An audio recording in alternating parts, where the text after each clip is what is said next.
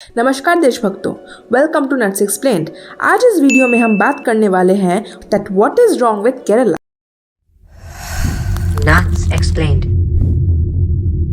Kerala model ने पूरे India में और पूरे वर्ल्ड में बहुत तारीफें कलेक्ट कर रहा था, all thanks to our left lenient media.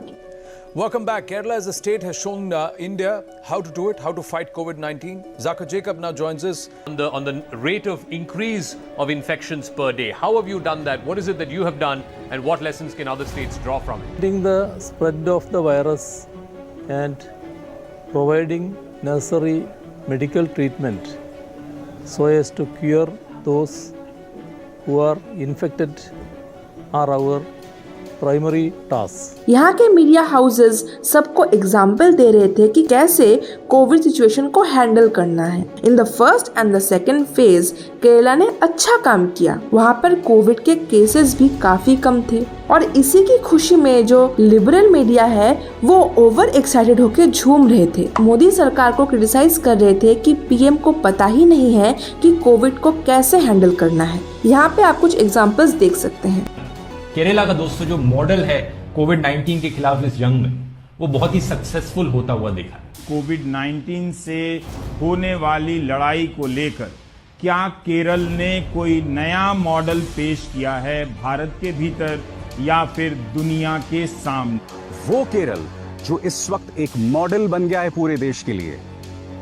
ऐसा लग रहा है कि केरल को देर से ही सही कोविड-19 की लड़ाई में अब भारत के दूसरे राज्य गंभीरता से लेने लगे।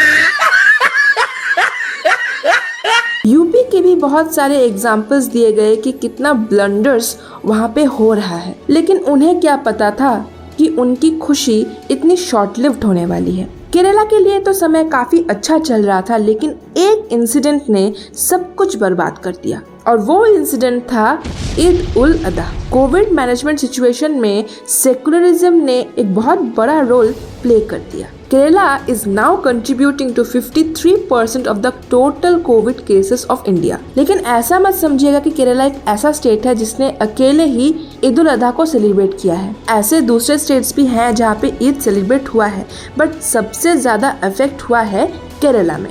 लेकिन हमारे समाज में जो स्यूडो सेक्युलर लोग हैं वो अपनी बोलती इस वक्त बंद किए हुए हैं। कुंभ मेले के दौरान या फिर कन्वार यात्रा के दौरान इनकी जो ट्विटर पे एक्टिविटी होती है वो काफी बढ़ जाती है, लेकिन केरला के जैसे इंसिडेंट्स जब घटते हैं इन मामलों में ये चुप रहते हैं। केरला में अभी इस वक्त 1.45 लाख एक्टिव कोरोना केसेस हैं, जो कि कंट्री में सबसे ज्यादा है। हर रोज एवरेज केरला में 15,000 केसेस हो रहे हैं और the highest number of cases तो कल हुआ था जब हमने 22,000 से भी ज्यादा केस एक दिन में देखे और कल ही केरला में 156 कोविड रिलेटेड डेथ्स हुए हैं। Now let's come to the most affected areas.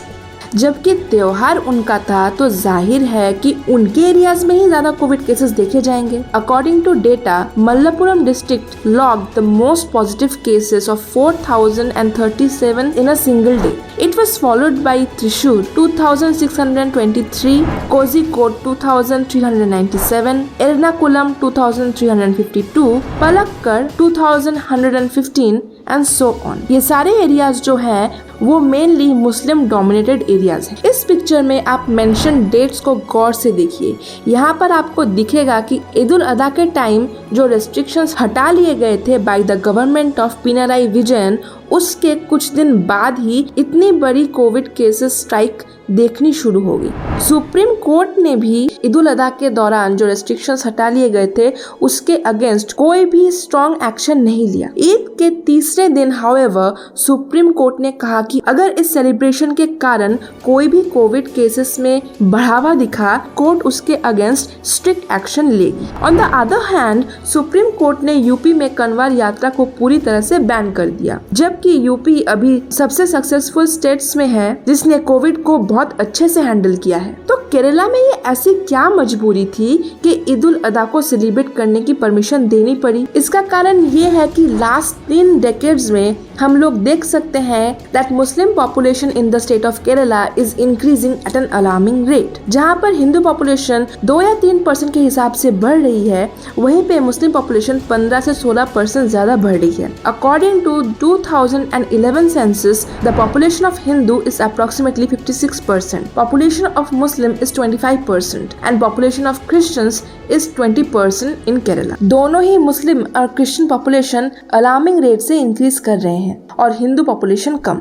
इसलिए सरकार को लगता है कि माइनॉरिटी अपीजमेंट करके वो अपनी सरकार को और भी ज्यादा स्टेबल कर सकते हैं और सेकुलरिज्म के प्रतीक बन सकते हैं।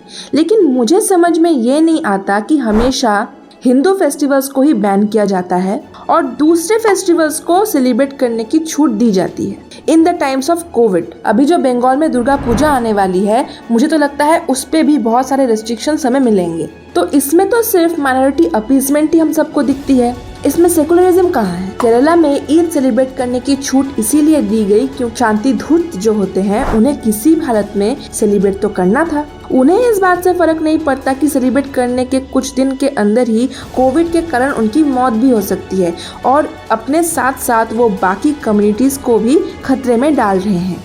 ये बात समझने की क्षमता उनके ओला व उबर ने उनको नहीं दी है, इसलिए मजबूरन स्टेट को भी ऐसे खतरनाक डिसीजंस लेने पड़ रहे हैं। लेकिन अभी इस वक्त केरला कोविड के बारे में चिंतित नहीं है। वो फोकस कर रहे हैं कि उनके जो 6 एमएलए जो 2015 में पार्लियामेंट में तोड़फोड़ करके आए थे और उन पे केस हो गया था, उनको माफ कर दिया जाए। लेकिन सुप्रीम कोर्ट ने उनकी ये अर्जी भी ठुकरा दी है। So it's high time for Kerala to own up their own mistakes and give secularism a break। आज की वीडियो के लिए बस इतना ही। अगर आपको ये वाली वीडियो अच्छी लगी हो तो लाइक शेयर जरूर कीजिएगा and subscribe to Nets Explained. मिलते हैं नेक्स्ट वीडियो में। जय श्री राम।